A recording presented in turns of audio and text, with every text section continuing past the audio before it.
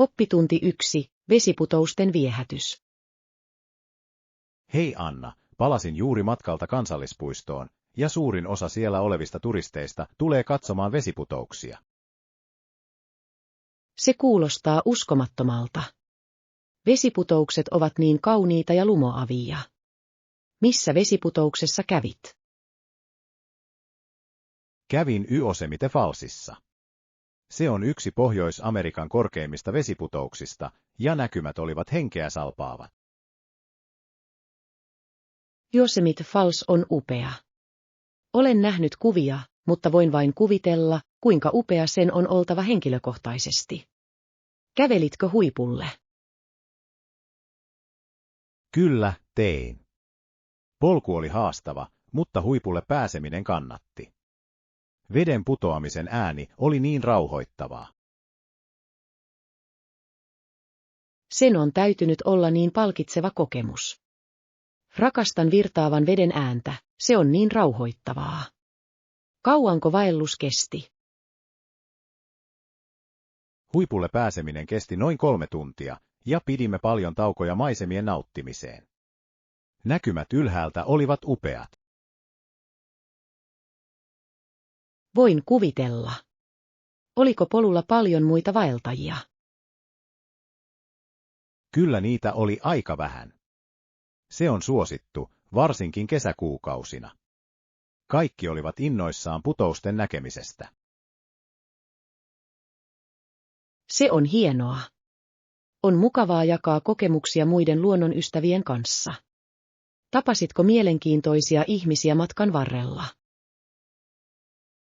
Minä tein. Tapasin perheen, joka matkustaa eri kansallispuistoihin joka kesä. He jakoivat vinkkejä muista vierailevista vesiputouksista. Se kuulostaa hauskalta. Eri puolilla maata on niin monia kauniita vesiputouksia. Onko listallasi joitain tiettyjä vierailevia kohteita seuraavaksi? Haluaisin nähdä Niagaran putoukset joskus. Sen pelkkä koko ja voima ovat kiehtovia. Oletko ollut siellä? Kyllä, kävin muutama vuosi sitten. Putousten sumu on virkistävää ja näkymä on aivan henkeä salpaava. Voit jopa lähteä veneretkelle päästäksesi lähemmäksi. Se kuulostaa hämmästyttävältä. Haluaisin kokea sen. Oliko aktiviteetteja, joista pidit siellä ollessasi? Veneretken lisäksi nautin kävelystä luonnonkauniilla poluilla ja valokuvaamisesta. Sumun luomien sateenkaarien värit ovat upeita. Se kuulostaa valokuvaajan unelmalta.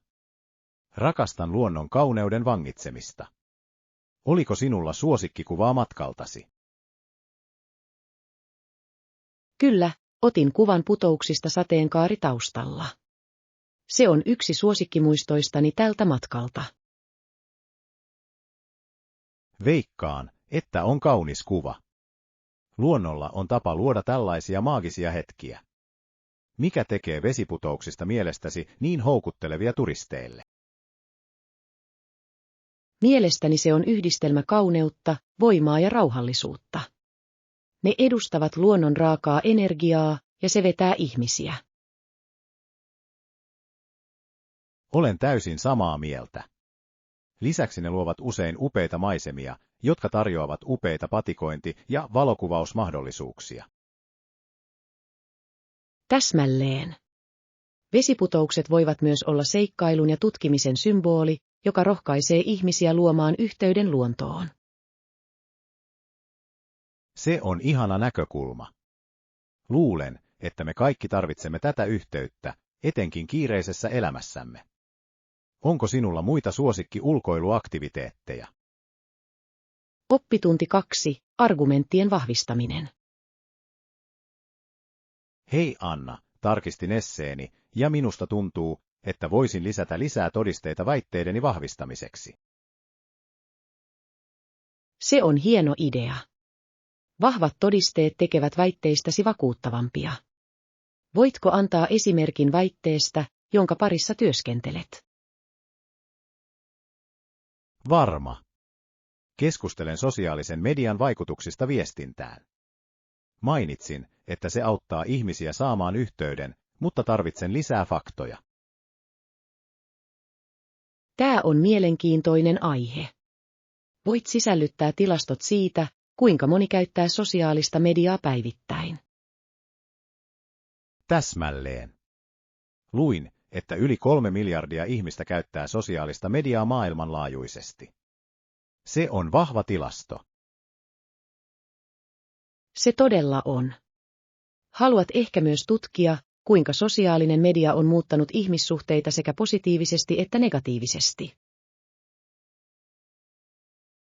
Hyvä pointti. Voisin keskustella ystävien ja perheen kanssa pitämisen eduista verrattuna verkkoon liittyvien väärinkäsitysten riskeihin. Kyllä, molempien osapuolten mukaantulo tekee väitteestäsi tasapainoisemman. Oletko ajatellut asiantuntijalausuntojen lisäämistä? En ole vielä. Luuletko sen auttavan? Täysin. Asiantuntijat voivat antaa väitteillesi uskottavuutta.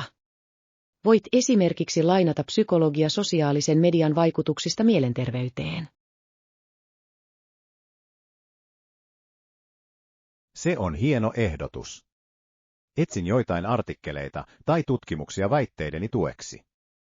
Entä henkilökohtaiset anekdootit? Henkilökohtaiset tarinat voivat olla erittäin tehokkaita. Ne tekevät aiheesta suhteettoman ja voivat havainnollistaa väitteesi elävästi. Pidän siitä ajatuksesta. Voisin jakaa omia kokemuksiani sosiaalisesta mediasta ja siitä, kuinka se on auttanut minua pitämään yhteyttä ystäviin ulkomailla. Se lisäisi persoonallisuutta. Varmista vain, että se liittyy pääväitteeseesi. Tietenkin. On tärkeää pysyä keskittyneenä. Onko olemassa muita todisteita, joita minun pitäisi harkita? Voit myös haluta sisällyttää tapaustutkimuksia tai tosielämän esimerkkejä. Esimerkiksi kuinka sosiaalisen median kampanjat ovat mobilisoineet yhteisöjä sosiaalisiin siihin. Se on vakuuttava kulma. Voisin keskustella risuaita metoon kaltaisista liikkeistä tai ilmastonmuutosaktivismista sosiaalisessa mediassa. Täsmälleen.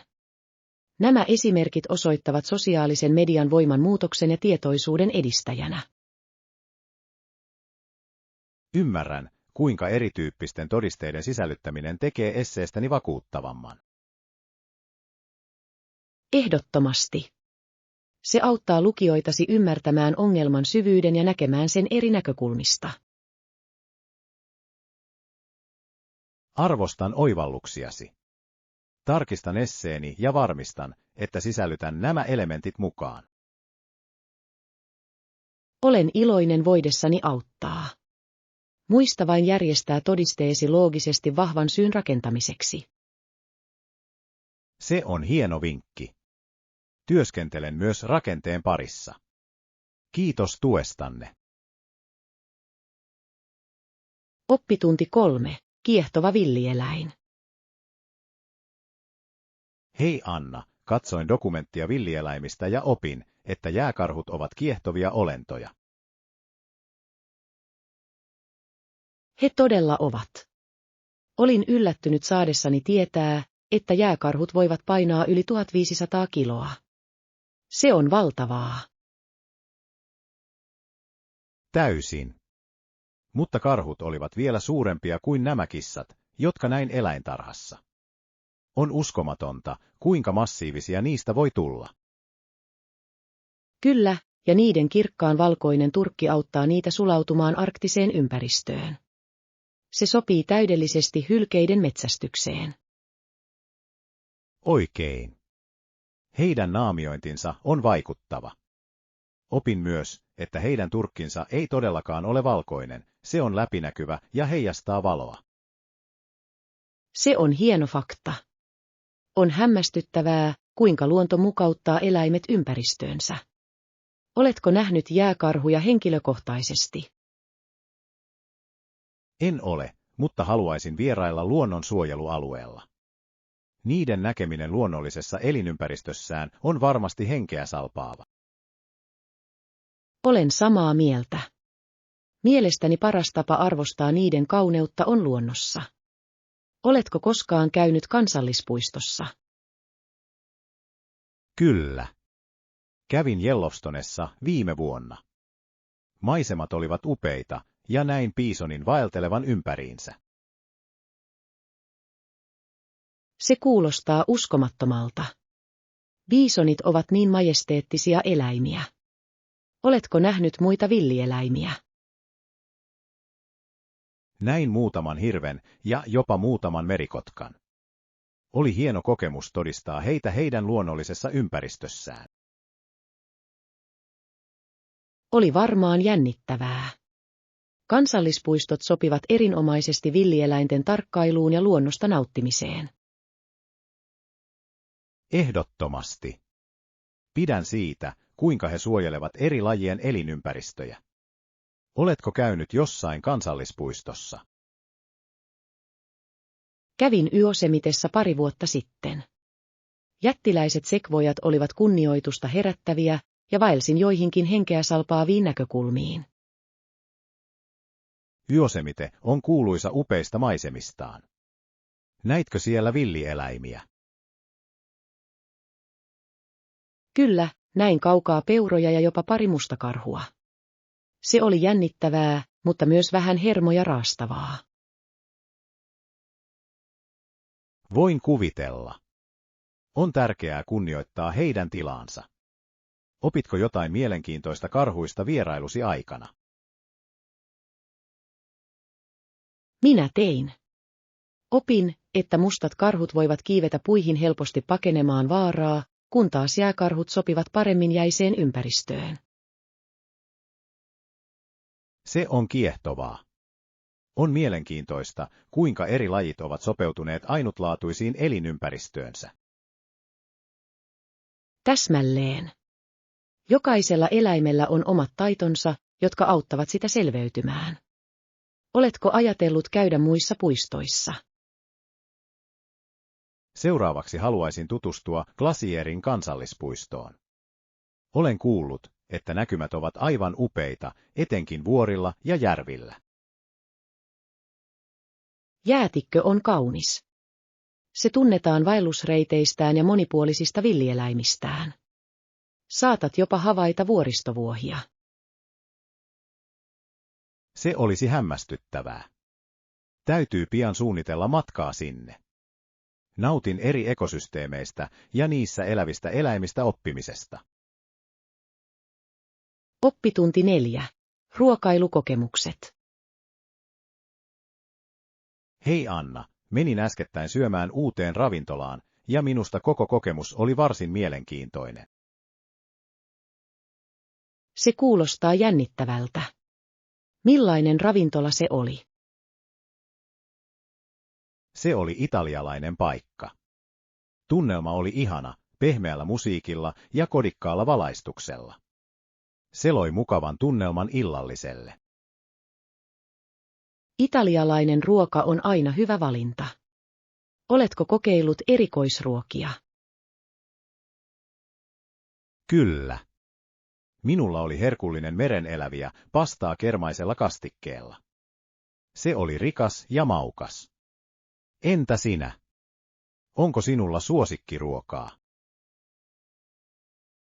Rakastan thaimaalaista ruokaa. Makujen tasapaino on makea, mausteinen ja hapana innostaa aina makuhermojani. Thaimaalainen ruoka on upeaa. Oletko koskaan käynyt thaimaalaisessa ravintolassa, jossa sinulle tarjotaan maustetason menu? Kyllä, minulla on. Haluan haastaa itseni mausteisemmilla ruuilla, mutta minun on varottava liioittelemasta sitä. Se on fiksua. Kyse on oikean tasapainon löytämisestä. Joten, kun olet syönyt, miten yleensä käsittelet laskua? Tyypillisesti, kun olen syönyt, tarjoilija tuo laskun tai sekin, kuten jotkut sitä kutsuvat. Sitten maksan ateriaan ja jätän tippiä hyvästä palvelusta. Täsmälleen. Minusta tippin jättäminen on mukava ele. Se osoittaa arvostusta palvelua kohtaan. Kuinka monta prosenttia yleensä lähdet? Yleensä jätän noin 15–20% kokonaislaskusta. Riippuu palvelun laadusta. Jos se on poikkeuksellista, voi jopa antaa tippiä enemmän. Se on järkevää. Olen huomannut, että juomarahat voivat vaihdella paikasta toiseen. Oletko nähnyt yllättäviä tippiä matkoilla? Kyllä. Joissakin maissa tippojen antaminen ei ole ollenkaan yleistä, kun taas toisissa se on odotettavissa. Esimerkiksi Japanissa juomarahaa voidaan pitää töykeänä. Se on mielenkiintoista. On tärkeää tuntea paikalliset tavat väärinkäsitysten välttämiseksi. Oletko törmännyt tällaisiin tilanteisiin? Minä tein. Kun vierailin Japanissa, en ollut varma siitä, miten laskun pitäisi käsitellä. Onneksi ystäväni selitti tavat etukäteen. Se on hienoa. On aina hyödyllistä, jos on joku, joka tuntee kulttuurin. Onko sinulla koskaan ollut ikimuistoinen ruokailukokemus? Kyllä, kerran söin illallisen kattoravintolassa, josta on näkymät kaupungin horisonttiin. Näkymä oli henkeä salpaava, ja ruoka oli erinomaista. Se kuulostaa maagiselta.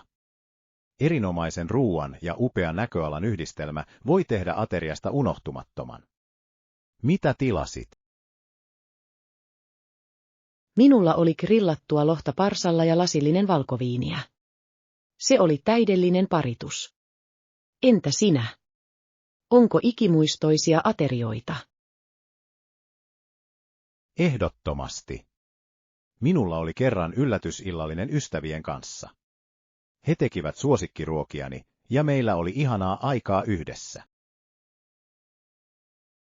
Se kuulostaa ihanalta. Aterioiden jakaminen ystävien kanssa voi luoda parhaita muistoja.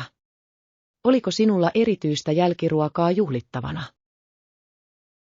Kyllä, he tekivät suklaakakun, joka on suosikkini. Se oli täydellinen lopetus upealle illalle. Oppitunti 5. Eläinten sairauksien ymmärtäminen. Hei Anna, luin artikkelia eläintaudeista, ja on hälyttävää, kuinka jotkut voivat olla niin tappavia. Tuo kuulostaa mielenkiintoiselta. Mistä sairaudesta he keskustelivat? He mainitsivat tietyn taudin, joka yleensä tappaa eläimet nopeasti, mutta ennen kuolemaansa he käyttäytyvät usein outoa. Se on hämmentävää. Eläimet voivat olla niin herkkiä taudeille. Millaisia outoja käyttäytymismalleja he kuvailivat? He puhuivat eläimistä, jotka toimivat hämmentyneenä tai aggressiivisena, mikä voi olla melko järkyttävää havaita. Vau, sen täytyy olla vaikeaa kenelle tahansa, joka sen todistaa. Mikä aiheuttaa näitä sairauksia eläimillä? Useat tekijät voivat vaikuttaa, kuten virukset, bakteerit ja jopa loiset. Myös stressi ja ympäristömuutokset voivat vaikuttaa asiaan. On kiehtovaa, kuinka kaikki liittyy toisiinsa. Oletko oppinut tietystä villieläimiin vaikuttavista taudeista?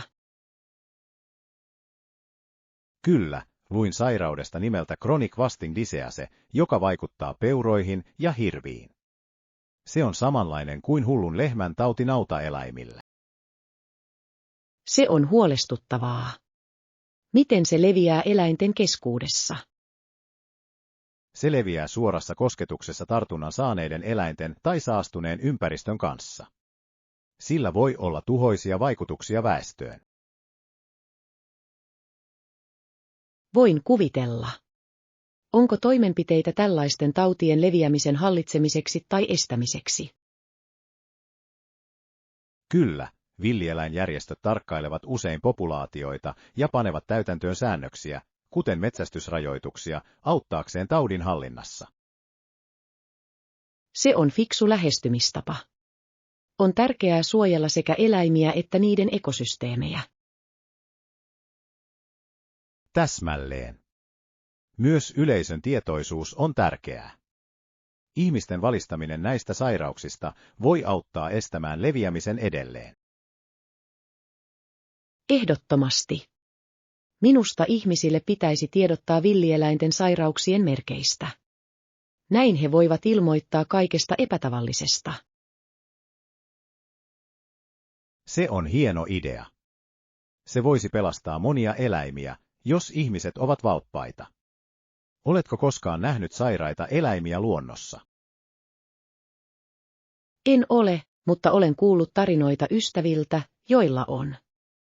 He näkivät linnun, joka vaikutti letargiselta ja reagoimattomalta. Se kuulostaa huolestuttavalta. On tärkeää tietää, mitä tehdä tällaisissa tilanteissa. Joskus on parasta ottaa yhteyttä villieläinten pelastusorganisaatioon. Oppitunti 6. Jääkiekon jännitykset. Hei Anna, katsoin NHL-peliä eilen illalla, enkä voi olla ajattelematta, että se on edelleen menestynein ja viihdyttävin jääkiekkoliiga Pohjois-Amerikassa. Täysin. Energia-areenoilla on sähköistä ja pelaajien taitotaso on uskomaton. Mitä peliä katsoit? Ottelu oli Toronto Maple Leafsin ja Montreal Canadiensin välinen. Kilpailu on kovaa ja tunnelma oli uskomaton. Näillä kahdella joukkueella on niin rikas historia. On aina jännittävää, kun he kohtaavat. Nautitko pelaamisesta? Ehdottomasti. Vauhti oli nopea ja maaleja tehtiin upeita. Pelaajat todella osaavat esittää shown. Pidän siitä, kuinka he yhdistävät taidon, nopeuden ja strategian. Oletko koskaan itse pelannut jääkiekkoa? Pelasin nuorempana virkistystoimintaa, mutta en ollut kovin hyvä. Se on paljon vaikeampaa kuin miltä näyttää. Voin kuvitella. Yksin luistelu vaatii paljon harjoittelua. Olen kokeillut sitä ja vietin enemmän aikaa kaatumiseen kuin luistelemiseen. Sama täällä. Mutta se on niin hauskaa, kun sen oppii. Oliko sinulla suosikki NHL-joukkuetta kasvaessasi? Kyllä, olin suuri Chicago Blackhawksin fani. Heidän pelityylinsä teki minuun aina vaikutuksen, varsinkin heidän mestaruuskilpailuissaan. He olivat hallitsevia jonkin aikaa. Ihailin heidän tiimityötään ja sitä, kuinka he suorittivat näytelmiä. Se on inspiroivaa katsottavaa. Varmasti. On mielenkiintoista, kuinka joukkueen dynamiikka voi muuttua joka kausi. Jotkut joukkueet yllättävät kaikki esityksellään. Täysin. Viime kaudella Colorado Avalanche pelasi uskomattoman. On jännittävää nähdä altavastaavien joukkueiden nousevan haasteeseen. Kyllä, ja pudotuspelit ovat aina täynnä yllätyksiä. Voimakkuus ja paine voivat johtaa odottamattomiin tuloksiin. Rakastan pudotuspelien tunnelmaa. Pelistä tulee vielä jännittävämpiä, kun panokset ovat korkealla. Katsotko jokaista pudotuspeliä? Yritän. Jännitystä on vaikea missata, varsinkin kun siihen liittyy ylitöitä. Ne hetket voivat olla sydäntä pysäyttäviä. Tiedän. Jotkut jääkiekon parhaista hetkistä tapahtuvat jatkoajalla. Jännitys on käsin kosketeltavaa, ja jokainen laukaus on tärkeä. Täsmälleen. Ja juhlat voittomaalin jälkeen ovat unohtumattomia. Pelaajat ja fanit jakavat iloa ja helpotusta. Se todella yhdistää kaikki. Faneista puheen ollen, mielestäni NHL:llä on intohimoisimpia kannattajia. Ehdottomasti. Fanit luovat ainutlaatuisen tunnelman joko kotipeleissä tai yhdessä katsomassa baareissa ja ravintoloissa. Oletko koskaan osallistunut NHL-otteluun livenä? Kyllä, kävin Blackhawks-pelissä pari vuotta sitten. Oli uskomaton kokemus olla paikalla henkilökohtaisesti. Voin kuvitella. Yleisön, pelin äänien ja jännityksen täytyy olla innostavaa. Oppitunti 7. Valokuvauksen taito. Hei Anna, olen harrastanut valokuvausta viime aikoina, ja on kiehtovaa, kuinka paljon on opittavaa. Se on mahtavaa. Valokuvaus voi olla tällainen luova väline. Mihin osa-alueeseen keskityt? Yritän ymmärtää vakautta ja automaattitarkennusta. Nämä ominaisuudet ovat tärkeitä terävien kuvien ottamiseksi. Täysin. Vakautus auttaa vähentämään kameran tärinän aiheuttamaa epätarkkuutta. Oletko kokeillut jalustaa? Kyllä, minulla on. Sillä on valtava ero, varsinkin pitkillä valotusajoilla. Olin hämmästynyt, kuinka kirkkaat yötaivaan kuvat olivat. Yökuvaus on kaunista. Millaisia asetuksia käytät noihin kuviin? Asetan yleensä pidemmän valotusajan ja korkeamman isoarvon. Se auttaa vangitsemaan enemmän valoa. Entä sinä? Onko sinulla suosikkikuvaustekniikoita? Pidän muotokuvasta. Rakastan leikkimistä syväterävyyden kanssa taustan sumentamiseksi ja kohteen erottumiseksi. Se on hieno tekniikka. Leveän aukon käyttäminen voi todella luoda tämän vaikutuksen. Onko sinulla erityinen objektiivi muotokuviin? Kyllä, käytän 50 mm-objektiivia. Se sopii täydellisesti muotokuviin ja antaa mukavan bokeh-efektin. Minkä objektiivin pidät maisemakuvissa? Käytän yleensä laajakulma-objektiivia. Se kaappaa enemmän kohtausta, mikä sopii erinomaisesti maisemiin. Oletko koskaan kokeillut maisemakuvausta? Minulla on. Rakastan vuorten ja järvien vangitsemista. Haasteena on löytää oikea koostumus. Koostumus on avain. Käytän usein kolmossääntöä luodakseni tasapainoisempia kuvia. Käytätkö erityisiä ohjeita? Kyllä, noudatan myös kolmosten sääntöä. Lisäksi yritän ohjata katsojan katseen linjoilla tai luonnollisilla kehyksillä kohtauksessa. Se on upea lähestymistapa. Se todella kiinnittää huomion pääaiheeseen. Oletko kokeillut kuvien muokkaamista? Ehdottomasti. Jälkikäsittely voi parantaa kuvia merkittävästi. Käytän ohjelmistoa kirkkauden ja kontrastin säätämiseen ja joskus leikin väreillä. Muokkaus voi todella herättää valokuvan eloon. Tykkään myös kokeilla suodattimia. Onko sinulla suosikkimuokkaustyökalu? Käytän pääasiassa Lightroomia. Se on käyttäjäystävällinen ja siinä on tehokkaita ominaisuuksia sekä aloittelijoille että ammattilaisille. Olen kuullut hyvää Lightroomista. Voisin kokeilla. Mitä neuvoja antaisit valokuvauksen aloittavalle? Harjoittelu on välttämätöntä. Kokeile erilaisia asetuksia ja aiheita. Älä pelkää tehdä virheitä, ne auttavat sinua oppimaan. Hieno neuvo. Muistan sen. Uskon myös, että valokuvausryhmään liittyminen voisi antaa arvokasta palautetta ja inspiraatiota. Täysin.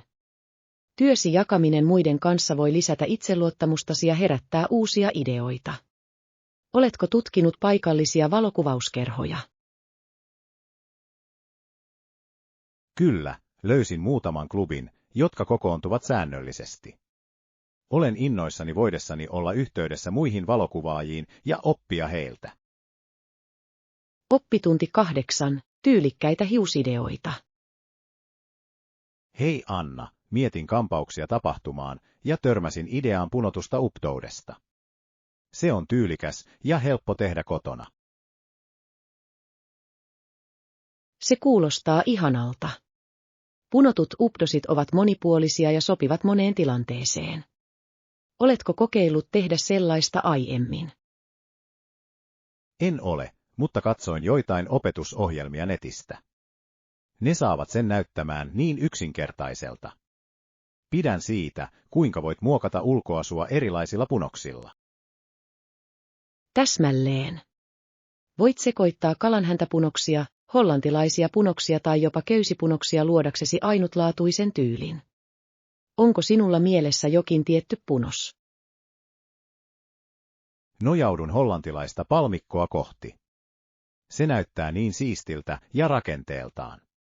Lisäksi se näyttää kestävän hyvin koko päivän. Hieno valinta. Hollantilaiset punokset sopivat täydellisesti volyymin lisäämiseen. Voit myös vetää sivuista luodaksesi rennomman, boheemi-ilmeen. Tuo on hyvä vinkki.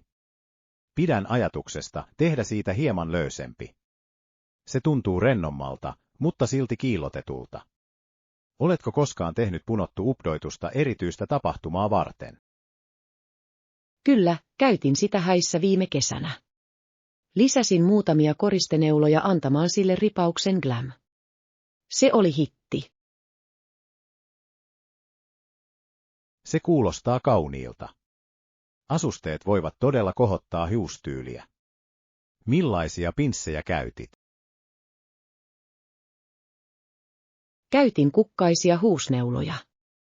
Ne lisäsivät mukavaa väriä olematta liian ylivoimaisia. Se täydensi pukuani täydellisesti. Rakastan sitä ideaa. Voisin etsiä vastaavia lisävarusteita. Luuletko, että punottu updoittuisi muodollisempaan tapahtumaan, kuten gaalaan? Täysin.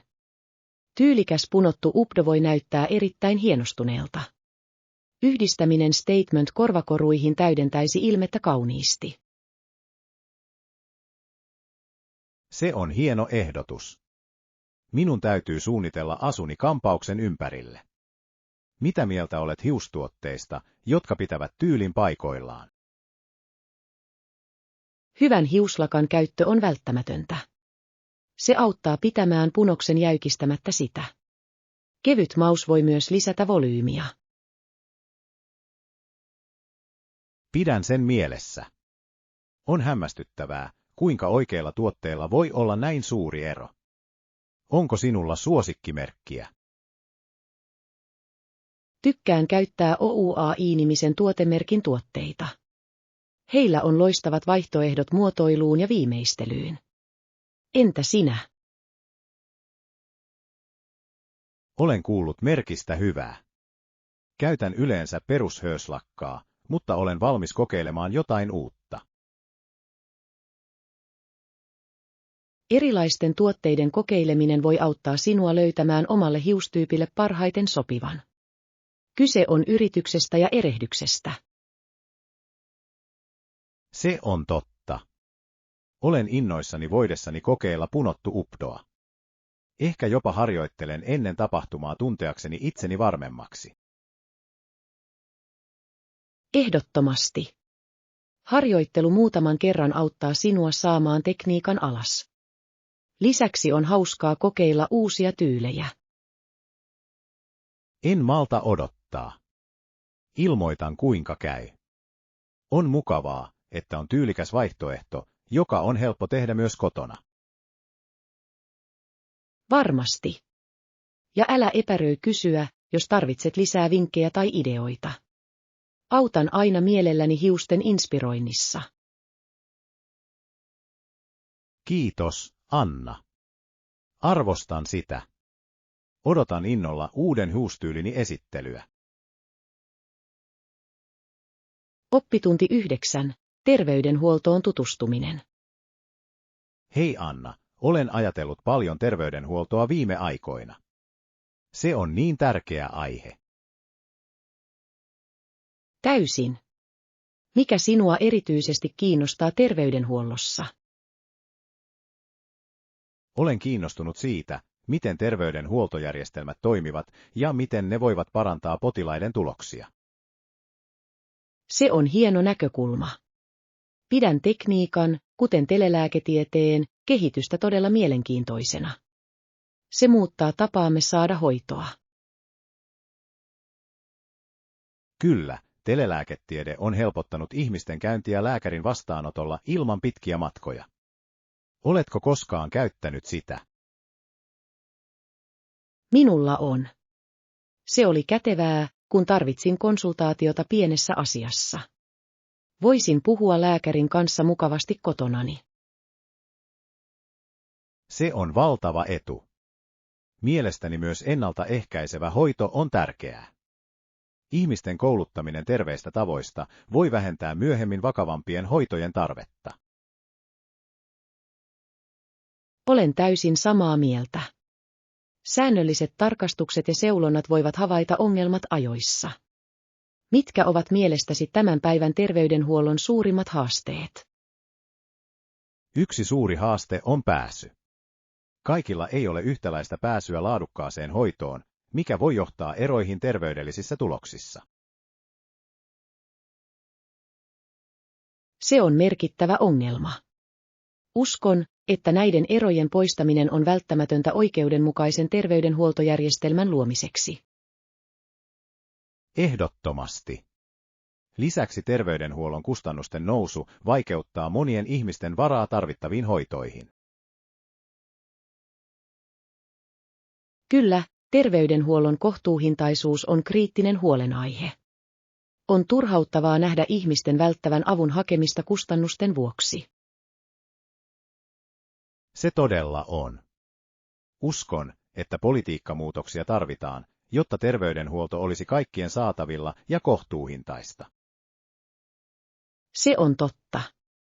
Myös kansanterveysaloitteet voivat edistää terveellisiä elämäntapoja ja vähentää terveydenhuoltokustannuksia pitkällä aikavälillä.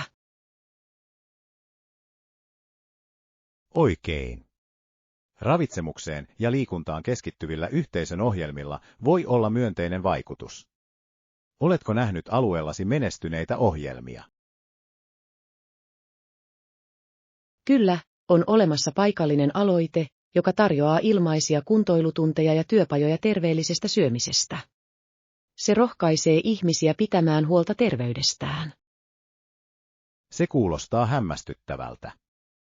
Yhteisön tuki voi vaikuttaa merkittävästi yksilöiden motivoimiseen terveellisempään elämään. Minäkin luulen niin. On innostavaa nähdä ihmisten kokoontuvan yhteen parantaakseen hyvinvointiaan. Mitä mieltä olet mielenterveyden hoidosta? Mielenterveys on yhtä tärkeä kuin fyysinen terveys. Ymmärrän, että mielenterveysongelmista ja tuen tarpeesta ollaan nyt enemmän tietoisia. Täysin. Mielenterveyden leimautumisen katkaiseminen rohkaisee useampia ihmisiä hakemaan apua, kun he sitä tarvitsevat. Täsmälleen. Mielenterveyspalvelujen saatavuus on ratkaisevan tärkeää erityisesti kouluissa ja työpaikoilla. Se voi todella auttaa ihmisiä selviytymään stressistä ja haasteista. Olen samaa mieltä. Mielenterveysohjelmien toteuttaminen kouluissa voi opettaa lapsille emotionaalista hyvinvointia jo pienestä pitäen. Se on hieno idea. Varhaiskasvatus voi luoda pohjan terveellisemmille selviytymismekanismeille tulevaisuudessa.